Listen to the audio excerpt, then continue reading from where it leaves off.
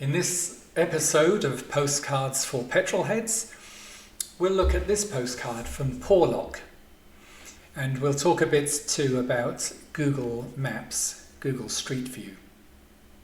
My name's Bob Ridge-Stern, and this is Postcards for Petrolheads.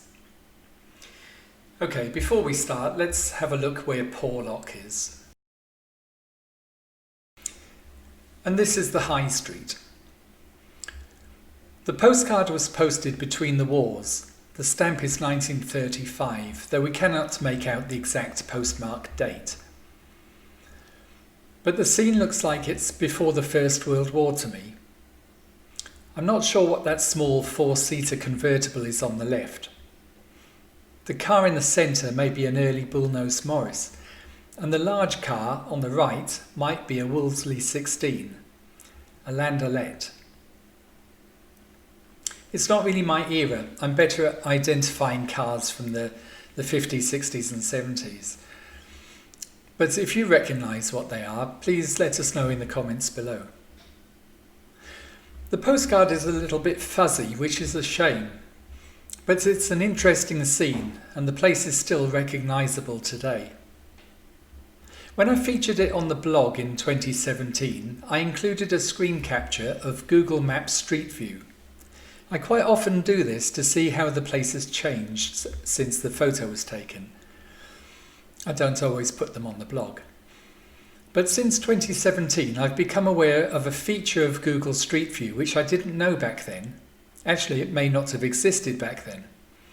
And that is that sometimes you can see past street views. I know some people think Google is invading our privacy in so many ways, but this surely will be an interesting archive as time goes on. Imagine looking back over a longer period. It'll be very interesting. Here we have Google Street Views from the same place over a number of years. December 2008, with Christmas trees on the post office and in the window of the shop on the right, and a Mercedes SLK coming towards us. In July the following year, the Mercedes is a CityLink truck parked on double yellows to make a delivery, and an Audi is coming towards us. In June 14, it's very quiet, but it's not a Sunday since the Wolseley tea room nearest us is open, as is the post office. It's busier in August 2016. October 2016, and they've got bunting up. Perhaps it's the village fete. April 2017. And the latest image from April 2018. And New Cottage, as it's called, has now been painted yellow. Is it yellow? A yellowish colour anyway. Not all of it though. The post office's postbox seems to be in not quite the right place. And if we go back to our postcard, we can see that the post office used to be next door, and that building used to have a thatched roof. We're getting a bit off topic here.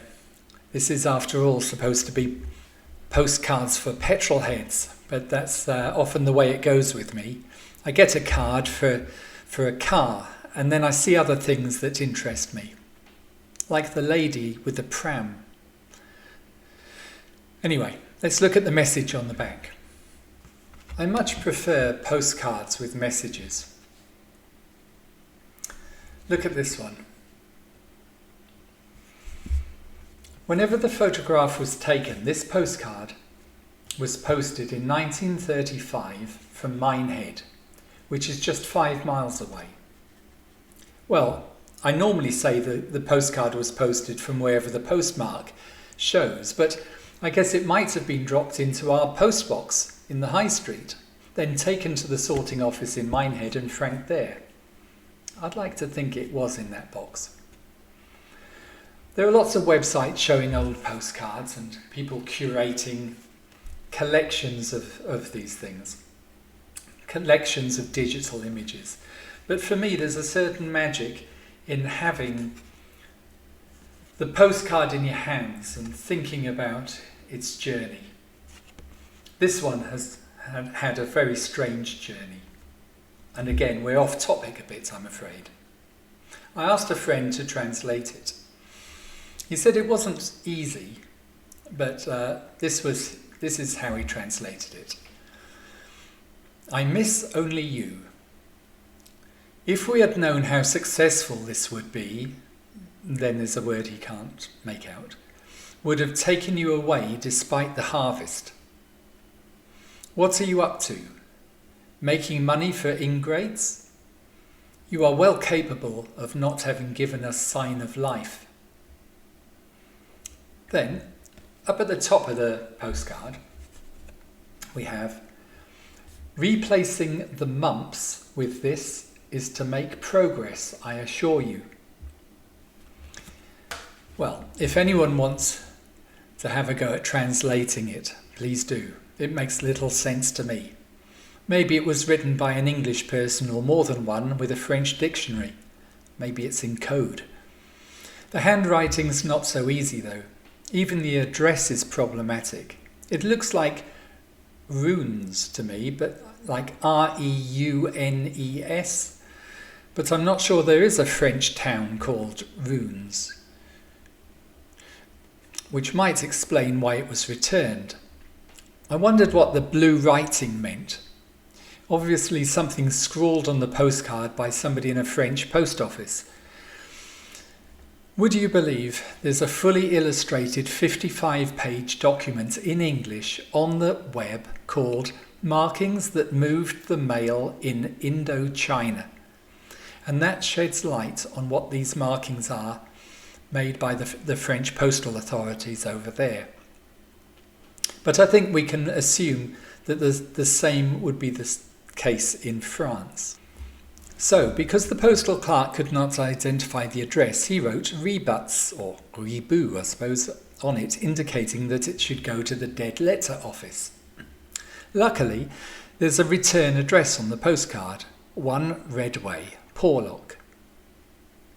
I've just realised something. This postcard isn't written by somebody on holiday in Porlock, who might have the next day gone on to Minehead. No, this person lived in Porlock. So undoubtedly they posted the postcard into our post box. Excellent. Okay, so the return address is 1 Redway, Porlock. And since it's come back to Somerset, we can assume it never found its way to the addressee, Mademoiselle Bourgain. Now, the town, maybe this is something to do with the way English people formed their letters and the way French people read handwriting. Because to me, the writing looks like R-E-U-N-E-S or R-E-U-N-E-S.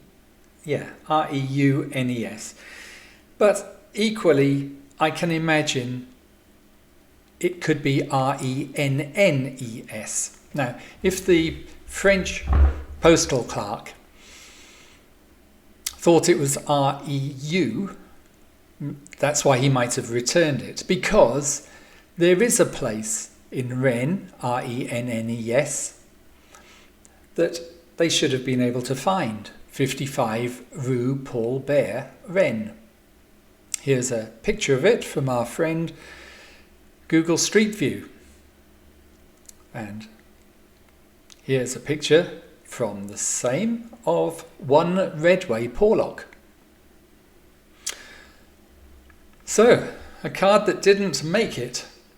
Well, it made it to us. And I hope you enjoyed that episode. Thank you.